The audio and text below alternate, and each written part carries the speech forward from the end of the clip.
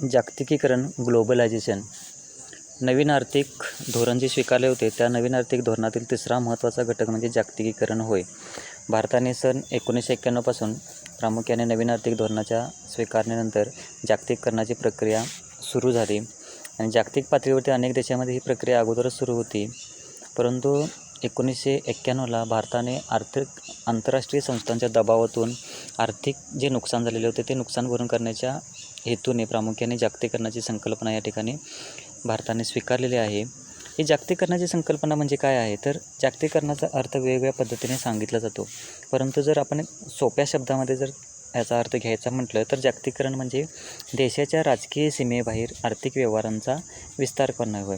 यानुसार जागतिक अर्थव्यवस्थांच्या संदर्भात विविध देशांच्या अर्थव्यवस्थांचे एकत्रीकरण होय. म्हणजे जागतिक सर्व अर्थव्यवस्था एकमेकांशी जोडल्या जाणे म्हणजेच जागतिकीकरण होय.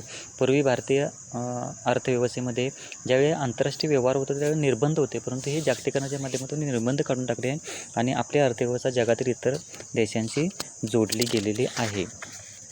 भारतामध्ये या जागतिकीकरणाची धोरणाचे जे अंमलबजावणी ती कशा पद्धतीने झालेली आहे, तर या ठिकाणी 1991च्या नवीन आर्थिक धोरणाने प्राधान्य उद्योगांसाठी उच्च तंत्रज्ञान व उच्च गुंतवणुकीची विशेष यादी तयार करण्यात आली आणि ज्यायोगे विदेशी गुंतवणुकी जी आहे ती विदेशी गुंतवणुकीसाठी 51% त्या ठिकाणी परवानगी देण्यात आलेली होती.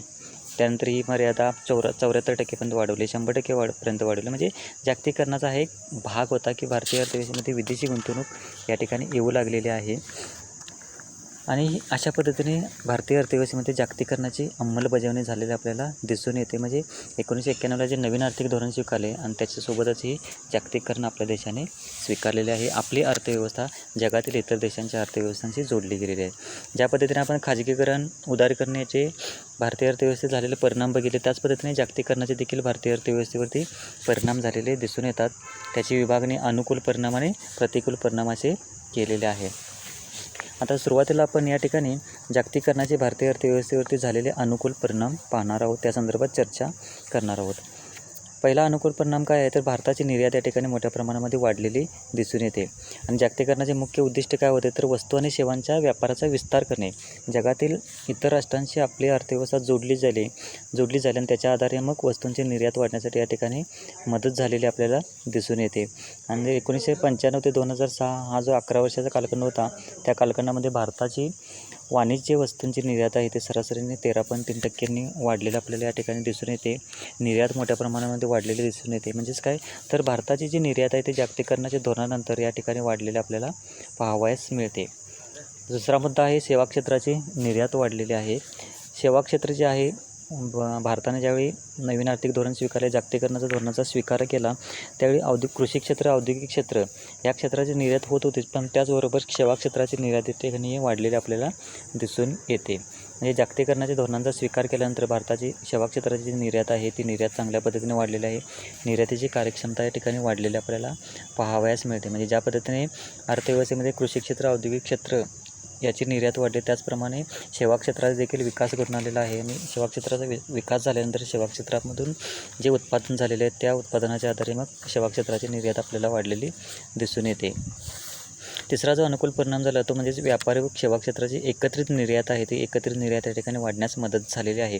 कारण जागतिकीकरणाच्या धोरणामध्ये भारतीय अर्थव्यवस्था इतर देशांच्या अर्थव्यवस्थांशी जोडली गेली.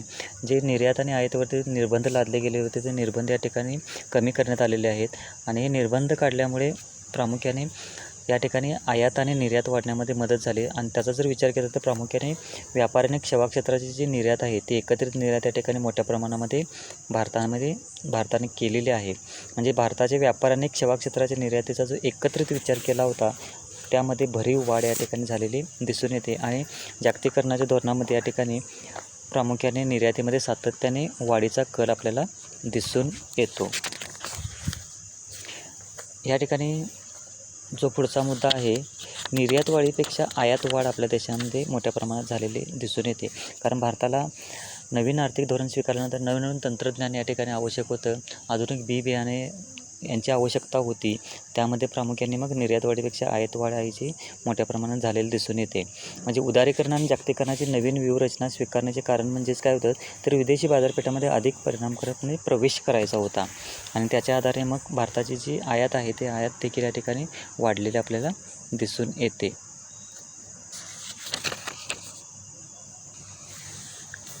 अप्रत्यक्ष ताळेबंदात वृद्धी झालेली दिसून येते. म्हणजे जागतिकीकरणाच्या परिणामाने भारताच्या अदृश्य निर्यातीत भरीव प्रमाणामध्ये वाढ झालेली आहे.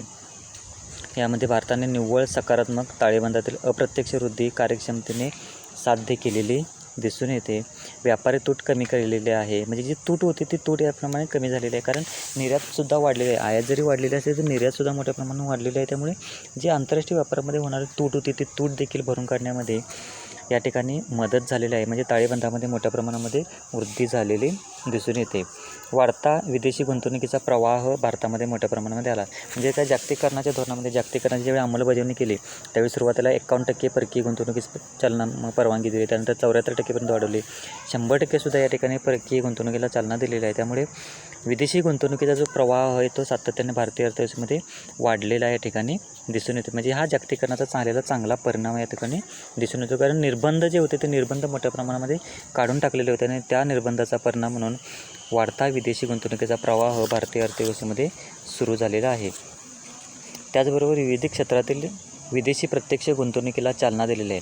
आपण जे थेट परकीय गुंतवणूक जे म्हणतो FDI फॉरेन डायरेक्ट इन्व्हेस्टमेंट, तर ह्याचाच भाग आहे की विदेशी क्षेत्र आहे त्या विविध क्षेत्रामध्ये प्रत्यक्षात विदेशी गुंतवणुकीला या ठिकाणी चालना मिळाली, कारण जागतिकीकरणाने विविध निर्बंध काढले गेले आणि त्याचा परिणाम म्हणून आपली अर्थव्यवस्था विविध जागतिक अर्थव्यवस्थांशी जोडली गेली आणि त्यातून मग या ठिकाणी आपल्या देशामध्ये विविध क्षेत्रे आहेत त्या क्षेत्रामध्ये प्रत्यक्ष विदेशी गुंतवणूक मोठ्या प्रमाणामध्ये वाढलेली आहे. त्याचबरोबर एक सर्वात महत्त्वाचा परिणाम काय झालेला तर विदेशी विनिमय गंगाजळीमध्ये वाढ झाली.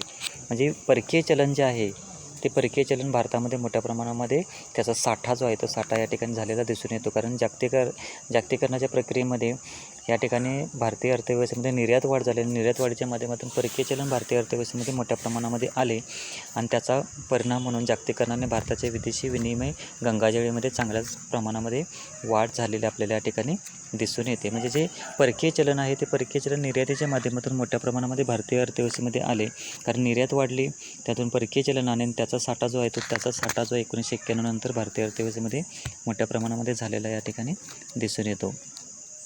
पुढचा जो अनुकूल परिणाम आहे तो म्हणजे शेतमाल निर्यात वाढली.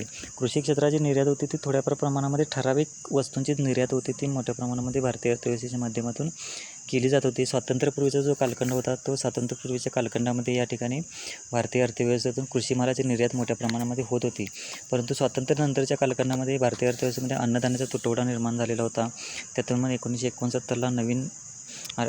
1969ला प्रामुख्याने कृषी क्षेत्रामध्ये हरित क्रांती घडून आली आणि त्यातून मग अन्नधान्याचे उत्पादन वाढले, परंतु त्याचा परिणाम निर्यात वाढले नव्हते. परंतु ज्यावेळी नवीन आर्थिक धोरण स्वीकारले त्या नवीन आर्थिक धोरणाचा परिणाम म्हणून जागतिकीकरण या ठिकाणी घडून आले आणि जागतिकीकरणाचा परिणाम म्हणून निर्यातीवरती निर्बंध या ठिकाणी दूर केले गेले आणि त्यातून मग कृषी क्षेत्राची जी निर्यात आहे ती निर्यात मोठ्या प्रमाणामध्ये या ठिकाणी वाढलेली दिसून येते. आणि शेवटचा जो अनुकूल परिणाम म्हणजे इतर काही अनुकूल परिणाम आहेत ते भारतीय अर्थव्यवस्थे या ठिकाणी जागतिकीकरणाच्या माध्यमातून झालेले दिसून येतात. म्हणजे प्रत्यक्ष अप्रत्यक्षरित्या काही लाभ किंवा काही फायदे या ठिकाणी भारतीय अर्थव्यवस्थेला झालेले दिसून येतात. भारतातील तांत्रिक आणि तंत्रज्ञान उद्योगांची वाढ घडून आली. म्हणजे नवनवीन तंत्रज्ञान या ठिकाणी भारतीय अर्थव्यवस्थेला परकीय देशांच्याकडून उपलब्ध झाले. त्याचा वापर करून नवनवीन उद्योग निर्माण होऊ लागले. नवनवीन तंत्रज्ञानाचा वापर करून नवनवीन वस्तूंची या ठिकाणी भारतीय अर्थव्यवस्थेमध्ये निर्माण झाले. माहिती आणि दळणवळणाच्या सुविधा या ठिकाणी उपलब्ध झाल्या. आंतरराष्ट्रीय वित्तीय बाजार उपलब्ध झालेला आहे. म्हणजेच काय तर या सर्वांचा परिणाम जो आहे जागतिकीकरणाच्या माध्यमातून विविध क्षेत्रावरती मोठ्या प्रमाणामध्ये झालेला या ठिकाणी दिसून येतो. अशा पद्धतीने जागतिकीकरणाचे जे धोरण भारतीय अर्थव्यवस्थेने 1991ला स्वीकारले त्याचे काही अनुकूल परिणाम या ठिकाणी अशा पद्धतीने झालेले दिसून येतात.